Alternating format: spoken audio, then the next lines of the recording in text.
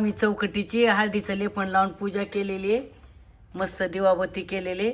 आज गुरुवार आहे त्यामुळे चौकटीला हळदीचं लेपन दिलेले. चौकटीला हळदीचं लेपन केलं म्हणजेच उमऱ्याला. आणि मी दर गुरुवारी करते उमऱ्याला पुन्हा. आणि इकडं पहा तुळशी पुढं पण हळदीचं लेपन केलेले. शमीचं पण आहे कुंडा बाजूला. शमीला पण मी दररोज 2 टाइम दिवा लावते. शमीची पण पूजा करतो. चांगलं असतं शमीची पूजा केलेली शमीच्या झाडाची. रामकृष्ण हरी मंडळी, चला तर मस्तपैकी पूजा करून झालेली. आणि आज गुरुवार आहे आणि दर गुरुवारी मी उमऱ्याला हळदीचं लेपन पुन्हा तुळशीपुढं देवापुढं हळदीचं लेपन लावून पूजा करतो. आणि गुरुवार पण आहे आणि आज 19 फेब्रुवारी पण आहे, शिवजयंती पण आहे. आणि आज शिवजयंतीचा आमच्या दारासमोर जिल्हा परिषदची शाळा आहे. तर शाळेमध्ये शिवजयंतीचा थोडासा छोटासा कार्यक्रम होता. ते कार्यक्रमाला आम्ही गेलो होतो. तिथून आल्याच्या नंतर मी देवाची पूजा केली. तर मंडळी चला तर आता आमच्या इथं गावात नाही का आठवडी बाजार असतो. आणि आता शुक्रवार उद्यावर आलेलं आहे. आणि आठवड्याच्या शेवटी बाजाराच्या शेवट घरातला भाजीपाला खतम होतो. तसं तर घरात आहे भाजीपाला, पण म्हणलं चला वांगे पालक तेच खाऊन म्हणलं चला आता बटाटे भरपूर आणले होते बाजारातून. तर चला म्हणलं मी काय केलं तर हे दम आलू म्हणतात नाही ना कोणी, आलू म्हणते बटाटा म्हणते, ते करण्यासाठी मी मुद्दाम छोटे 1 किलो आणले होते बटाटे. तर ते काय त्याचा नंबरच लागला ना. बाकीच्या भाज्या करण्यातच गेले आठवडाभर.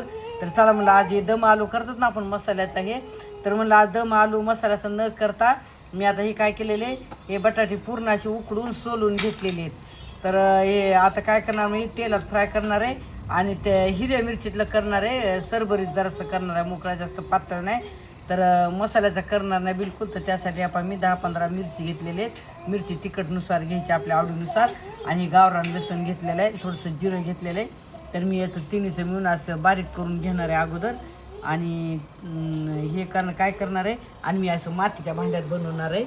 तर तुम्ही माझा व्हिडिओ स्किप न करता शेवटपर्यंत बघा. शेगडी मस्त पेटलेली आहे आणि इथं मातीचं भांडं पण असं पसरं तोडायचं छानपैकी ठेवलेले.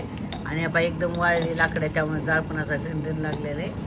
तर चला तर आता भरपूर सारं याच्यामध्ये तेल घालायचं. हे कारण बटाटा फ्राय करून घ्यायचा आणि त्याच्यानंतर हे कांद्याचं पण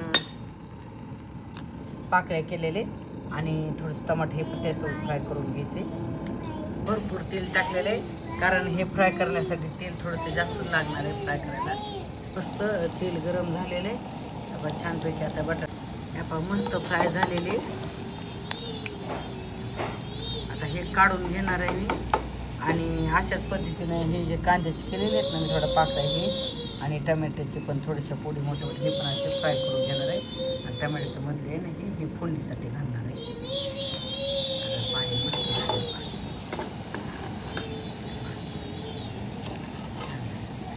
फ्राय केले ते बटाटे. आता हे कांद्याचे कापून फ्राय करून घेऊ.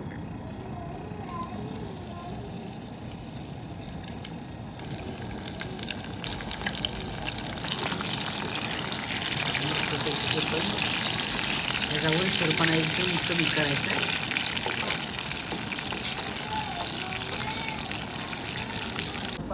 बटाटा फ्राय करून घेतला, कांद्याच्या पाकळ्या पण फ्राय करून घेतल्या, टमाट्याच्या पण फोडी.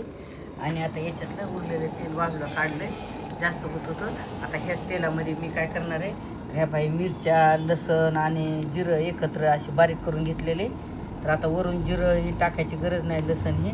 तर आता हे तेल चांगलं गरम झालेलं तेच आता त्यात अगोदर कांदा टाकायचा फोडणीला.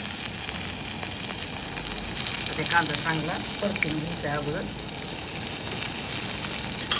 कांदा परतत याच्यामध्ये ही बारीक केलेली मिरची पण टाकायची, म्हणजे मिरची पण चांगली तळून घ्यायची.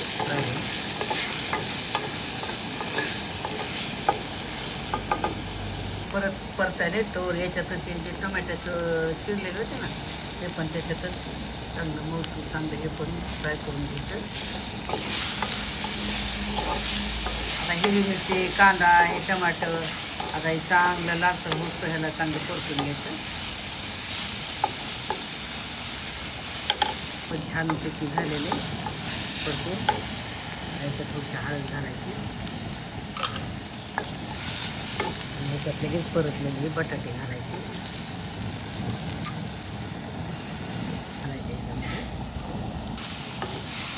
थोडंसं गरम पाणी केलेलं असलं तर नाही टाकायचं. याच्याच चवीनुसार मीठ घालायचं. कशी खेळायची पाडून जाळून येते.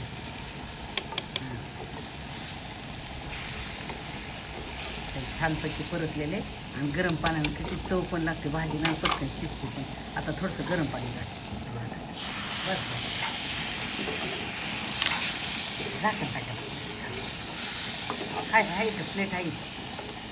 उकड काढायची, वाफ काढायची. आधीच उकडलेला पुन्हा फ्राय करून घेतलेला शिजला.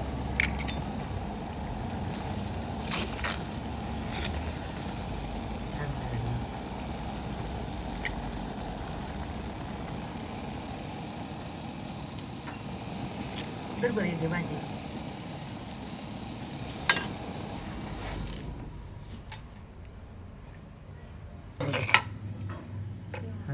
शिजले की ठीक आहे. तयार भाजी.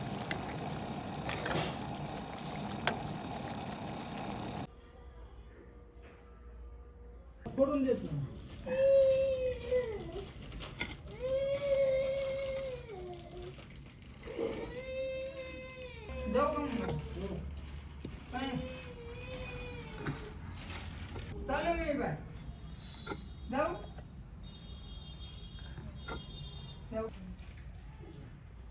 गायत्री बाहेर उमऱ्या दिवा ठेव बरे.